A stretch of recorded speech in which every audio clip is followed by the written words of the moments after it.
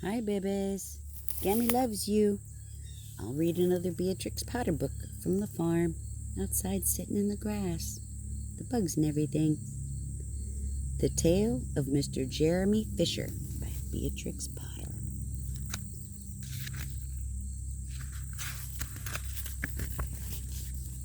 Once upon a time, there was a frog called Mr. Jeremy Fisher. He lived in a little damp house amongst the buttercups at the edge of a pond. And there's the frog. Oh, he has a dragonfly talking to him, too. The water was slippy sloppy in the larder and in the back passage, but Mr. Jeremy liked getting his feet wet. Nobody ever scolded him, and he never caught a cold. He was quite pleased when he looked out the window and saw large drops of rain splashing in the pond. He likes the rainy days. "I will get some worms and go fishing and catch a dish of minnows for my dinner," said Mr. Jeremy Fisher. "If I catch more than 5 fish, I will invite my friends, Mr. Alderman Ptolemy Tortoise and Sir Isaac Newton the Alderman, however, eats salad." Mr. Jeremy put on a mackintosh and a pair of shiny galoshes. He took his rod and basket and set off with enormous hops to the place where he kept his boat. He's hopping all the way to where his boat is. The boat was round and green and very like other lily leaves. It was tied to a water plant in the middle of the pond. See his old fancy lily pad boat? Mr. Jeremy took a reed pole and pushed the boat out into the open water. "I know a good place for minnows," said Mr. Jeremy Fisher. Mr. Jeremy stuck his pole into the mud and fastened the boat to it. Then he settled himself cross-legged and arranged his fishing tackle. He had the dearest little red float. His rod was a tough stalk of grass, his line was a fine long white horsehair, and he tied a little wriggling worm at the end. The rain trickled down his back, and for nearly an hour he stared at the float. "This is getting tiresome. I think I should like some lunch," said Mr. Jeremy Fisher. He punted back again amongst the water plants and took some lunch out of his basket. "I will eat a butterfly sandwich and wait till the shower is over," said Mr. Jeremy Fisher. He's eating a butterfly.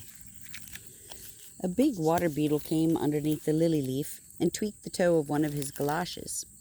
Mr. Jeremy crossed his legs up shorter, out of reach, and went on eating his sandwich.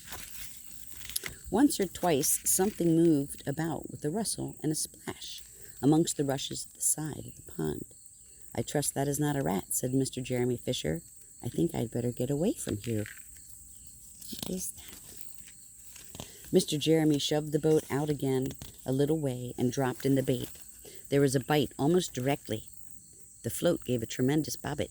A minnow, a minnow! I have him by the nose," cried Mr. Jeremy Fisher, jerking up his rod. But what a horrible surprise! Instead of a smooth, fat minnow, Mr. Jeremy landed a little Jack Sharp, the stickleback, covered with spines. I guess the fish he caught has got spines on it. The stickleback floundered about the boat, pricking and snapping until he was quite out of breath. Then he jumped back into the water. He's a pretty fish, but he's got spikes on his back. The frog doesn't like him.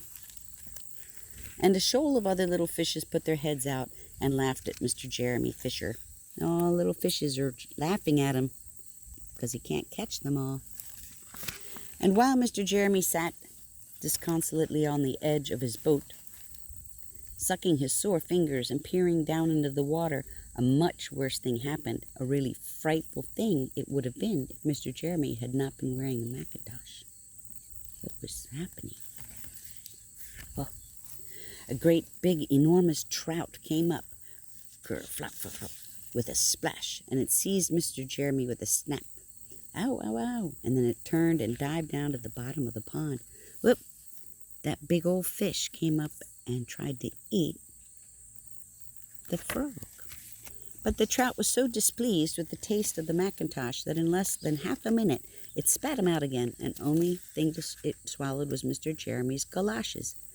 See, there he goes swimming back to the top, but he lost his boots, and the fish ate them. Mr. Jeremy bounced up to the surface of the water like a cork, and the bubbles out of a soda water bottle, and he swam with all of his might. Whoops. Sorry. And he swam with all of his might to the edge of the pond. See, there he's swimming to the edge of the pond with the water lily.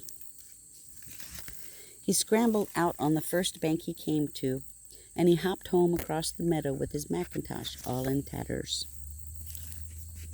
What a mercy that was not a pike, said Mr. Jeremy Fisher. I have lost my rod and basket, but it does not matter much, for I am sure I should never have dared to go fishing again. He kind of got spooked. He put some sticking plaster on his fingers, and his friends both came to dinner. He could not offer them fish, but he had something else in his larder. So there's his friends coming over for dinner. Sir Isaac Newton wore his black and gold waistcoat. See how dressed up he is? Coming to dinner to the frog.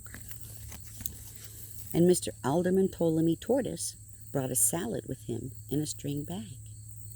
There are his guests, bringing some snacks. And instead of a nice dish of minnows, they had a roasted grasshopper with ladybird sauce, which frogs consider a beautiful treat. I think it must have been yuck.